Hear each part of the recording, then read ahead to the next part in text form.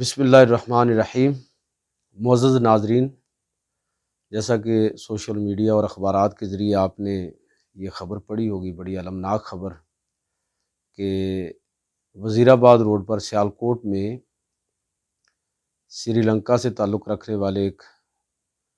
Private factory کے general manager کو بڑے ظالمانہ طریقے سے قتل کیا گیا۔ یہ واقعہ اتنا شرمناک ہے کہ انسانیت بھی شرما رہی ہے، بالخصوص ایک ایسے اسلامی ملک کے اندر جو اسلام کے نام پر بنا اور اسلام کے نام پر ہی وہ قائم ہے اور اسی نام سے اس کی عزت اور حرمت ہے۔ وہاں پر اس واقعے کا ہونا ایک بہت بڑا المیہ ہے۔ میں سمجھتا ہوں کہ یہ واقعہ وہ لوگ جو اسلام کا نام لینے والے ہیں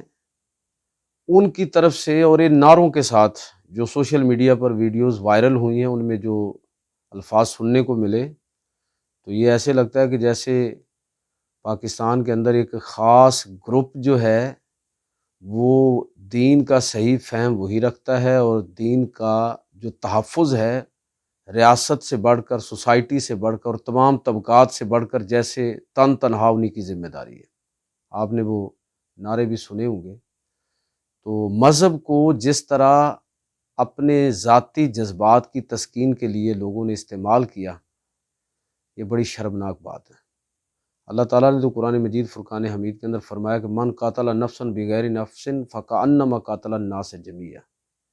جس نے ناحق کسی ایک آدمی کو قتل کیا اس نے گویا کہ پوری انسانیت کو قتل کیا ہے۔ ہمارا دین تو اسلام یہ سکھاتا ہے، پیغمبر علیہ الصلوۃ والسلام کا اصل تعارف ہی رحمت للعالمین ہے، تو کیسے یہ تصور کیا جا سکتا ہے کہ اس رحمت للعالمین کے نام پر اس طرح کا ظلم کیا جائے؟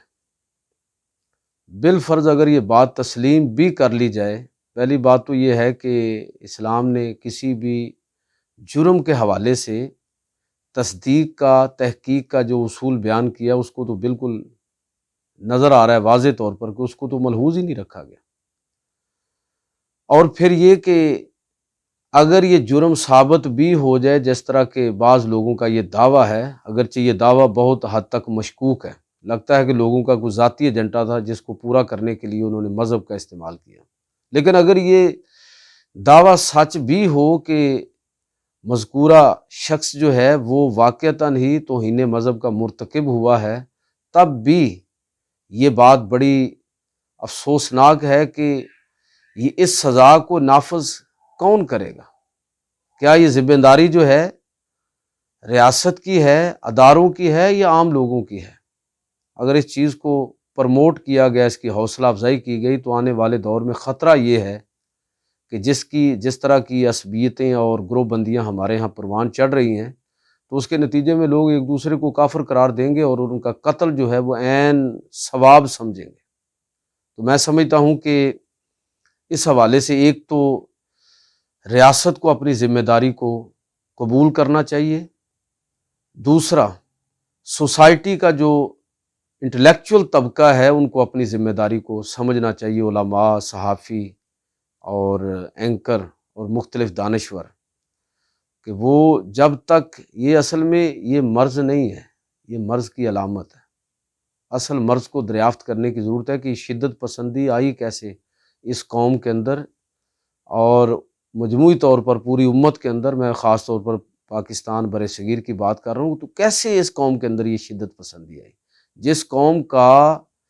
مزاج یہ ہے اور جن کی تاریخ یہ ہے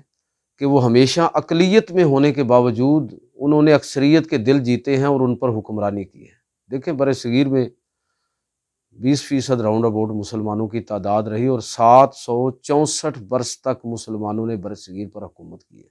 تو کیسے ممکن ہے کہ ایک ایسا گروہ جو اقلیت میں ہو اور وہ اکثریت کا دل جیتے بغیر کیسے ان پر حکمران رہ سکتا ہے؟ تو مسلمانوں کی تاریخ تو رواداری کے ساتھ بھری ہوئی ہے، برداشت کے ساتھ بھری ہوئی ہے۔ یہ قتل و غارت اور تشدد یہ مسلمانوں کا مزاج نہیں ہے، ہماری پوری تاریخ اس چیز کی گواہ ہے۔ تو میں سمجھتا ہوں کہ اگر اس مرض سے اس امت کو، قوم کو بچانا ہے تو اہل فکر و دانش کی ذمہ داری بہت بڑی ہے۔ لکھیے بھی، بولیے بھی پوری جرات کے ساتھ، اور اس فکر کو علمی انداز میں دفن کرنے کی کوشش کریں۔ بتائیں کہ ہمارے ذمے ہے، اہل علم کے ذمے ہے، اساتذہ کے ذمے ہے کہ وہ لوگوں کو بتائیں کہ وہ ایمان ہی نہیں ہے جس میں امن نہ ہو، وہ اسلام ہی نہیں ہے جس میں سلامتی کا عنصر نہ ہو۔ تو اس لیے ضروری ہے کہ لوگوں کو اس چیز سے آگاہ کیا جائے۔ میں سمجھتا ہوں کہ یہ واقعہ جو ہے ہمارے عدالتی نظام کے لیے بھی ایک بہت بڑا چیلنج ہے۔ اگر آپ ذرا یاد کریں کہ سیالکوٹ میں اس سے پہلے بھی ایک واقعہ ہوا ہے، اگر اس واقعے کے جو کردار تھے ان کو سزا ملتی تو شاید یہ واقعہ جو ہے وہ پیش نہ آتا۔ اور میں عرض کروں گا کہ اگر اب بھی ہم مستقبل میں اس طرح کے واقعات سے بچنا چاہتے ہیں تو ہماری عدلیہ کی، ہماری انتظامیہ کی، ریاست کی، حکومت کی یہ ذمہ داری ہے کہ وہ ان لوگوں کو کڑی سزا دیں۔ یہ لوگوں کو، یہ اہل دانش کا فرض ہے کہ لوگوں کو بتائیں کہ خدا کے بندو، عشق رسول میں موت قبول کرنے سے پہلے اطاعت رسول میں جینا تو سیکھ لو، کہ اللہ کے پیغمبر صلی اللہ علیہ وسلم کی اطاعت کرو گے تو تمہیں خود بخود پتہ چلے گا کہ جتنی برداشت اور حوصلہ اللہ کے نبی صلی اللہ علیہ وسلم کے اندر، اور آپ نے جتنا یہ عفو و درگزر سے کام لیا ہے، دوسروں کو برداشت کیا ہے۔ دیکھیں اس میں ایک بات تو یہ ہے کہ یہ تو بہرحال ابھی تو ثابت ہی نہیں ہے کہ کیا اس آدمی نے گستاخی کی تھی کہ نہیں کی تھی۔ اگر بالفرض گستاخی کی بھی ہو تو یہ عام پبلک کا یہ حق نہیں ہے کہ وہ ان پر قانون کو نافذ کریں۔ اگر اس چیز کی عام اجازت دے دی گئی تو اس کے نتائج بڑے خوفناک نکلیں گے، سوسائٹی انتشار کا شکار ہوگی۔ اس لیے ضروری ہے کہ اس ذمہ داری کو سمجھا جائے، ریاست بھی اس ذمہ داری کو سمجھے، اور ہمارا جو انٹلیکچوئل طبقہ ہے وہ بھی اس ذمہ داری کو سمجھے۔ اور خاص طور پر میں عرض کرنا چاہوں گا کہ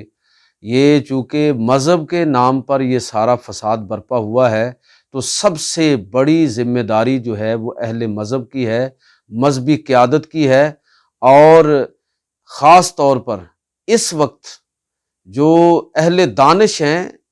جس طرح کا ماحول بن گیا ہے، وہ علماء سے توقع رکھتے ہیں کہ وہ بڑی جرات کے ساتھ اس واقعے کی مذمت کریں، اس لیے کہ مذہب کے نام پر سوسائٹی کے اندر جو خوف آہستہ آہستہ سرایت کر رہا ہے، اس خوف کو کیسے کون نکالے گا؟ وہ خوف لوگوں کا دور کیسے ہوگا؟ تو لوگ تو اس پر تبصرہ کرنے سے ڈر رہے ہیں، لکھنے سے ڈر رہے ہیں۔ تو ضروری ہے کہ